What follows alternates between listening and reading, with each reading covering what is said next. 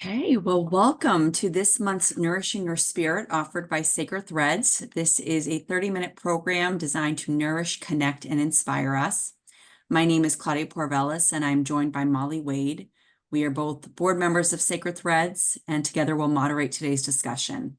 We are also joined on this call by Rosemary Mulvihill, the co-founder of Sacred Threads. Sacred Threads' mission is to help meet the spiritual needs of women across all stages of life.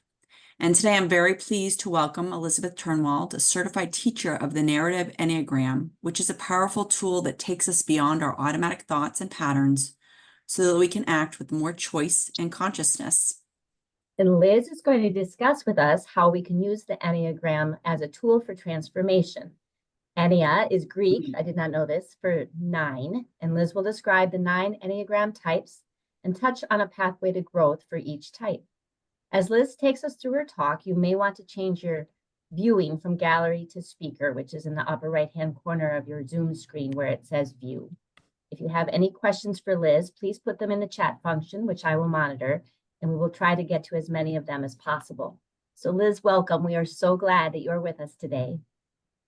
Thanks, Molly. Thanks, Claudia. Thank you all for being here. So again, my name's Liz Turnwald, and I'm certified in the narrative Enneagram, which really focuses on people's stories and sharing from their own perspective and their lived experience what it's like to live in the territory of their type rather than just that top-down theory. So it's really coming out of people's lives. So welcome, everybody. I am going to share my screen and hop into our presentation today. A couple of pieces. You might already have a sense of what your Enneagram type is, and you also might not, and both are okay. At the end of today, you might not be any closer to knowing that type because it's not exactly what we're doing here, but just allow whatever to arise. So I'm going to just leap in. So we're going to talk a little bit about how to move from automatic to aware, and I'll go into what I even mean by that in a moment. So we have just 15 minutes, and in that 15 minutes, we're going to try to cover all of these topics. I have timed this, so I think we can do it. So just take a second, read through these, and then I'll just move into a brief grounding practice as we dive in. So just take a second in your seat. Feel free, if you'd like, you can close your eyes or lower your gaze. You might feel your feet flat on the floor and notice the chair supporting you. And just let your breath start to deepen as we go in and down into that gut center. And let any thoughts or emotions from the day so far soften. Maybe move into this space together in this next 30 minutes with curious minds, with open hearts, and with grounded presence. And with that, just take one final deep breath and start to open your eyes again and come back to the space.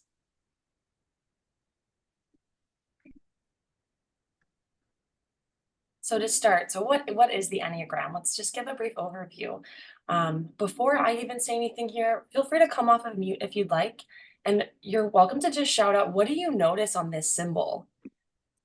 What do you all see?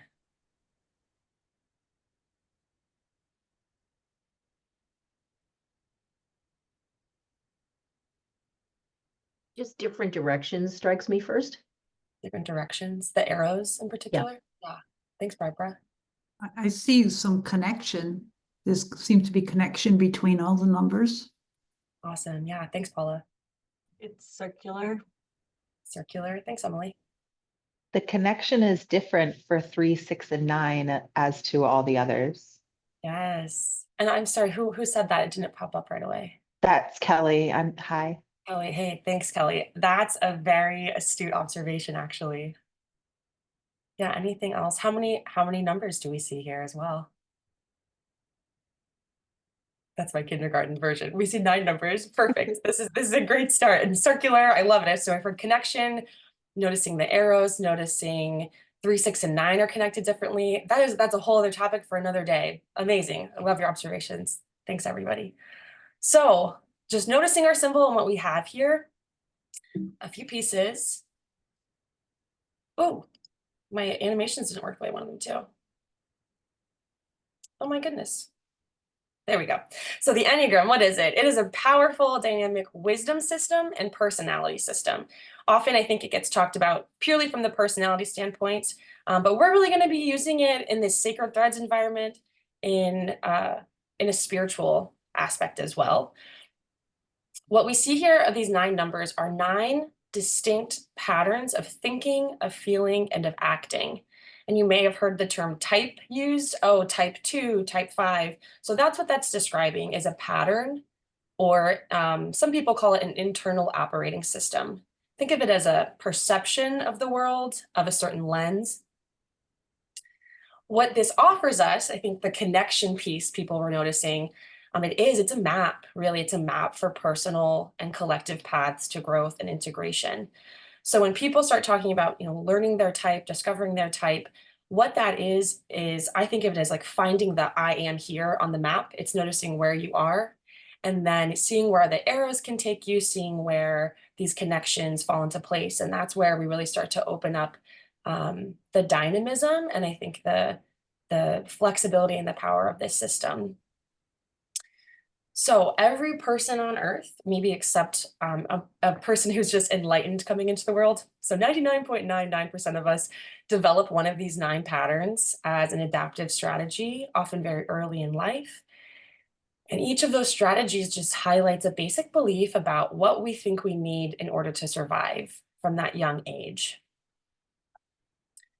We have access to all 9 patterns, but we'll lead with one in particular.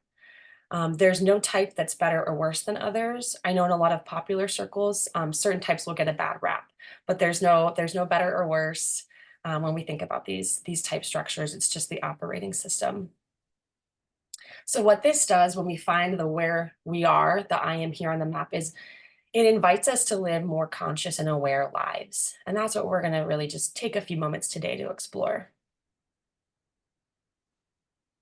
So one piece before we jump in here too, I've already mentioned type.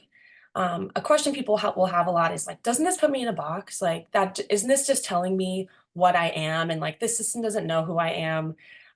One thing I really appreciate about the Enneagram, I think that especially in comparison to purely personality typing systems, is that because of its spiritual components as well, it's not putting us into a box. It's really not predicting behavior.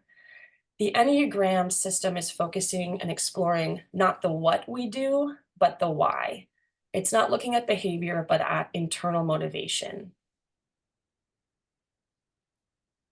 So the title of this talk is From Automatic to Aware. So what do I mean by automatic? There's that phrase, I forget who started this, but I think Tony Robbins uses it a lot, of where attention goes, energy flows. So thinking about the automatic, it's where our attention automatically finds its way when we walk into a room, when we walk out into the world, when we wake up in the morning. It's really subconscious, and there's no right or wrong to this. But within the Enneagram system, we call it the focus of attention. So what I want to look at here is, what is the automatic for each of these 9 types? What is the focus of attention? So I've laid out our Enneagram symbol again, and this is broken down into 3 different triads. Some of maybe our veteran Enneagram people might notice this is broken down into 3 centers of intelligence, of body types, heart types, head types. That is a different topic for another day, but for those following along at home. So we're going to start with the purple section with our types 8, 9, and 1. This is where attention automatically flows for each of them. So for type 8, attention goes towards control, specifically taking control, not being controlled by others.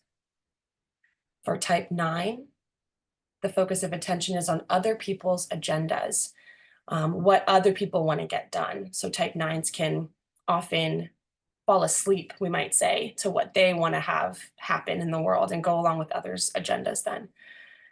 Type 1's focus of attention will go towards what is right or wrong, what is correct or incorrect, what could be improved. And you might notice with that, even right/wrong, correct/incorrect, there's a binary there. There's a there's a dualism, black or white thinking. For our orange group, for type 2, the focus automatically goes towards others' needs. And we'll do some reflection too about, some strengths and some challenges of this. One challenge this could have is that often then type 2s can lose track of what their own needs are when it's automatically going towards others. For type 3, the focus goes towards tasks to do, efficiency, getting things done, checking them off of that list, whether a literal list or a metaphorical one. For type 4, the focus goes towards what is missing. There can be a sense of longing and of yearning for what's not there. For our green group, with type 5, the focus goes towards detaching. This often will mean emotionally detaching, energetically, relationally detaching, and then observing. So staying kind of on the outskirts, moving away, retreating even, and preserving energy specifically. Type 6, the focus of attention goes towards worst case scenarios. Think of walking in a movie theater and knowing exactly where the exit signs are, looking for those ways out. What could go wrong here? And then for type 7, finally, the focus goes towards best case thinking. 6 and 7, I think, have a little bit of a two sides of the same coin there, of positive outcomes and solutions. So taking that map, there are just a few questions here to hold for a moment on your own, regardless of how familiar you are with the Enneagram or not, and if you know of your own type. If you do know of your own type, maybe just focus on that one. If you're not sure, just think to yourself, which one or more of these resonates most with you? Remember, we do have access to all of these types, but we'll lead with one in particular. Do any of them absolutely not sound like you? Do any of these focuses or foci of attention bring up a particularly strong reaction in you of, I would not want it to be that, or that sounds terrible, things like that, just to notice. And then finally, and these could be things you might reflect on later as well, to choose one that sounds somewhat like you, and then to think what might be a gift of that focus of attention. What are some strengths to that? And then where might it be a challenge? Possibly in work, in relationships. And I'll just move on to the next slide. So what we want to start thinking about, what the deeper spiritual roots of this are, we want to not totally identify with type. This is where we move towards awareness. We want to create some space, like these hands show, between type and self with a capital S. Essence, some people would say. So instead of it being this internal operating system automatically running the show, we want to move from a place of deeper authenticity. So two pathways to do this, those two bottom bolded bullets.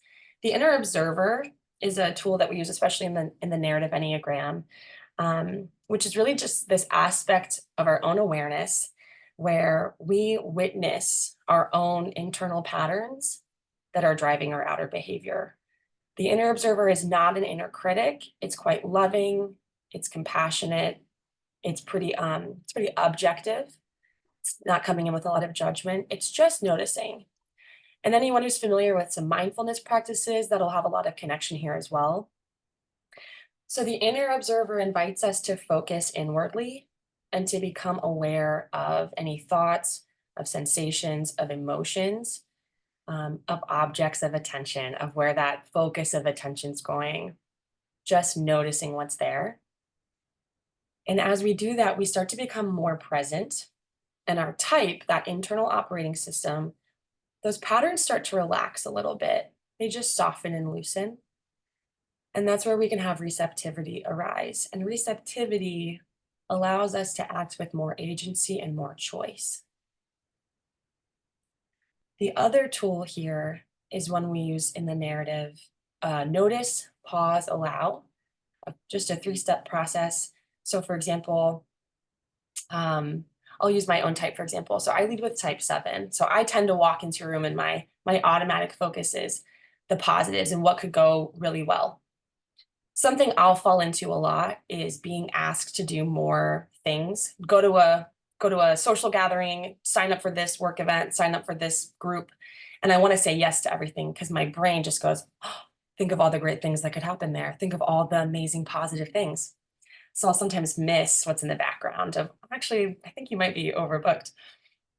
So for example, maybe I get asked to do something that's really exciting to me and I notice myself automatically wanting to go towards it, say yes, add more, always getting more. I might take a moment and use that tool and just notice that impulse in me to say yes automatically. And I might just pause and get to hold that in my hands, in my heart, and allow it, allow that desire. There's nothing wrong with the fact that I want to say yes to this event. And just give it a little bit of space and some time, and it might start to soften.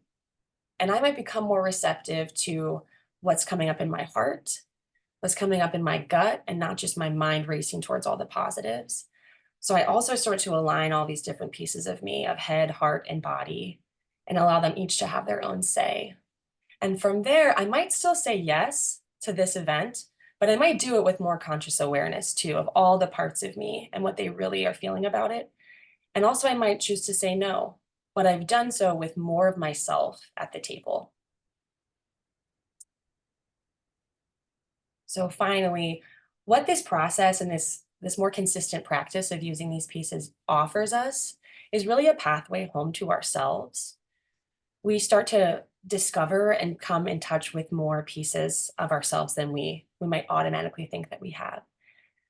We can stay more grounded, have a grounded presence in who we are. And that grounding exercise that I did for 30 seconds is also a way to do that, is to take that breath, feel yourself in your seat, notice all of those pieces of you lining up. It also allows greater love for self, I think. And one of my teachers and mentors along this way will always say that we can only go so far in this work as we love ourselves. We'll only get as far in this work as we can. It's dependent on how much we love ourselves. So self-love needs to be at the root of all of this as well. And then I think that it's not the word, symptom is the word that's coming to mind. I think a result, symptom's not a great word. A result of this kind of constant practice is not only love of self, but it's compassion for others as well. When we start to get in touch with that underlying motivation and what's there, we can notice those drivers in other people as well, and have compassion for them along the way. And so finally, I just want to end with this quote from the poet Rumi that I love. Your task is not to seek for love, but merely to seek and find all the barriers within yourself that you have built against it. Thanks, everyone. Liz, thank you so much for sharing these amazing insights and tools. And thank you again for just your time today. We know you're busy, but this was fascinating, really interesting. Yeah, I completely agree. I'm just so grateful, and I love Rumi. And I love that you finished with him.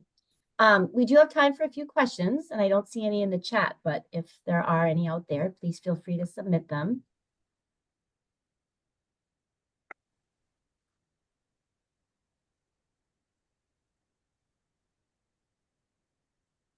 I have one. I have one. Liz, what started you on this journey? That's such a great question. Thanks, Sylvia. When I did a year of service right after college, someone handed me a book and told me that I should probably take a test on this. And then people were telling me what my type was and what that meant about me. And it was pretty judgmental. And I thought, I don't like that, but I kind of like what's in this book. So I did a lot of self-reading. And yeah, I could probably make this a longer story than it needs to be. I would say one piece was getting so curious and wanting to know more and realizing that there was only so far that reading more books was going to take me. And that's where I just truly Googled Enneagram classes. And I think the first result to pop up was the narrative Enneagram, which is what I eventually took a year of coursework in, and then another year of certification coursework and internship with. But it's been very helpful for me to go deeper into my own motivation Yeah, I find that it offers me much more depth for both joy, for feeling my own feelings as well, for understanding myself. I'm less quick to judge other people. And if I start to automatically, it's easier for me to pull some of that in and just kind of recognize what we're all going through. Nice. We do have a couple of questions now. Kelly and Paula's questions are somewhat related. So they're wondering, where do you recommend that we can learn more, and or do you offer workshops and teachings on the Enneagram? Yeah, thank you. I see, okay, so where do I recommend you learn more? There are two websites I would recommend. And I'm just gonna I can put these in the chat as well. The first is the Enneagram Institute. Let me just put that in here. These are both US based organizations. I am sure that there are others.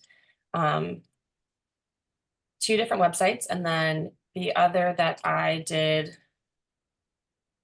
my certification with is the Narrative Enneagram. And I'll put that link in the chat as well. Those are online resources. I'm also going to send to Amy to send out to everybody a brief bibliography of different books and some podcasts that people might be interested in. And let me put this podcast, Heart of the Enneagram, I just put in the chat, is they don't make more episodes anymore. It was a limited few year series, but it's led by my direct coach, Sandra Smith, and Christopher Copeland, who are both faculty with the Narrative Enneagram that I did my training with. What I love about that is it's so experiential. They invite people on, they're interviewing, they're asking questions. You really get to feel how type can show up in people's lived experiences. Would highly recommend those. And I'll send out some books. Let me see. Other further workshops. I do offer further workshops or teachings. I don't have any workshops planned right now because I started a new job a few months ago and I've been just drinking from a fire hose, but I do and hope to have a few more posted soon. I'll send out my website also, and you can get into contact with me too. I also offer 1-hour typing interviews. That's something that my training qualified me for. And so it's just a 1-hour, could be Zoom session, it could be in person. And I just ask a series of questions and follow-ups and we explore some potential types. So I'll have Amy send that out. Chris also directly messaged me and I want to answer her question. Which ones are head, body, and heart? Which types, Chris? Is that the question? Great question. So, so thinking of that circle, the purple that I had, 8, 9, and 1, those are all body types. And then another, if we do more of these follow-ups, I'd love to like another workshop to just do one on what the centers of intelligence are. I think they're so helpful to start thinking about where we're really moving into the world from these 3 different centers. Heart is types 2, 3, and 4. And then head center is types 5, 6, and 7. I see Paula's question. Oh, Paula answered yours. Marcella, you may have missed this, so forgive me. Are we destined? Oh, are we destined to be the numbers that we end up being? That is such a great question. There's varying thoughts on this. Most kind of reputable teachers that I know of say that Enneagram type is pretty much nature. So we're pretty much are going to be born into the world with one particular operating system.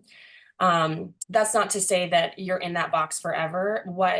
Going deeper into this work and any life experience, it opens us up to different things. So it's not a prescription, but we can be flexible. We can start to change the way we relate to type over time, even if it's something that's kind of automatically there. More about the spiritual origins of the Enneagram. Absolutely. So I actually wanted to offer this as well. This is on the Enneagram Institute's website. They give a fantastic in-depth overview of the history of the Enneagram, because there's the more modern Enneagram of personality that has more of a psychological rooting. That's only really been in the West, only been developed since the 1960s. The spiritual origins really come from a variety of ancient wisdom traditions. So there are kind of pieces that you start exploring some of this, you'll find a lot of resonance within Christianity, within Sufism, within especially mystical, like Kabbalistic Judaism. So a lot of those mystical roots, you can find pieces. The symbol itself, people often frame back to Pythagoras, like the ancient Greek mathematician, the Ennea 9, there we go. But yeah, there's so much more out there on that. And this will be in the bibliography, but a really fantastic book for the spiritual undergirdings of this is by, I'll just write all these in the chat, Sandra Maitri, and you'll get this in an email as well. The Spiritual Dimensions of the Enneagram. It's fantastic. It's a very in-depth take on each type and what the deeper spiritual essence of each one is. See any other questions? Wonderful. Oh, and Deanne, you're taking a class with Sandra. Wonderful. Yeah, and she just released a book. Yeah, she has a fantastic book. That'll be on the bibliography as well for people who are interested. Awesome. Thanks all. Any other questions from folks?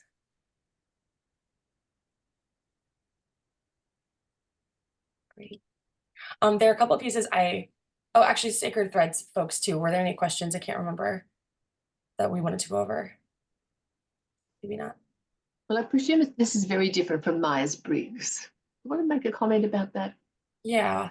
Myers-Briggs, I appreciate. I know it really comes out of Jungian psychology. I think it's an important personality system. It really is looking more at behavior, and it's looking from a purely psychological stance. The Enneagram having spiritual origins and also having this overlay and development by a psychiatrist, Claudio Naranjo, has those psychological pieces. But like I said, it's not predicting behavior. It's not saying, because you are a type 3, you should really be a politician. And because you're a type 2, you should probably be a nurse or a teacher. It's saying more, it's saying, let's actually look at what's underneath all of that. And I think it recognizes people's social identities, their lived experiences, and notices that that type's going to show up in different ways. So it's about that underlying core of why we do what we do that I think sometimes Myers-Briggs spaces can miss. And it offers us, the Enneagram offers us that bigger path, that map of spiritual growth as well. Thank you.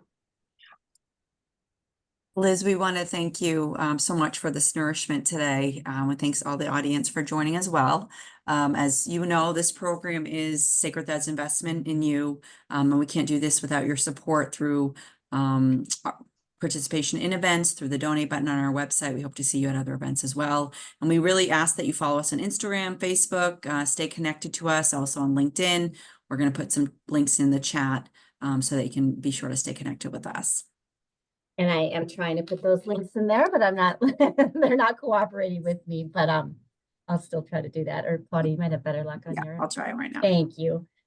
We hope you all will join us again in April for our Nourishing Your Spirit event. 9-time best-selling author Rainey Howard will explore the profound connection between self-image and daily habits and how these actions shape our relationships with others. So please do register via the Sacred Threads website. Thank you. Wonderful. Thank you. Thank you all for joining us. Thank you so much. Thank you, Liz. Thank you, Liz. Thank you. Thanks, Liz.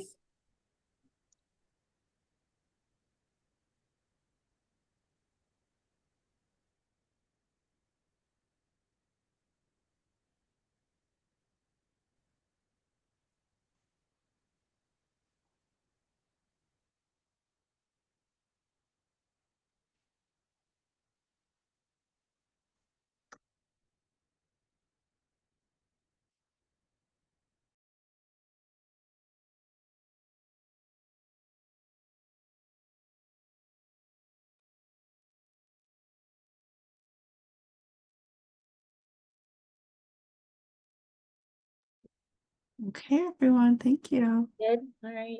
We're good. Have a Have a nice good day. day. Thanks. You too. Take care.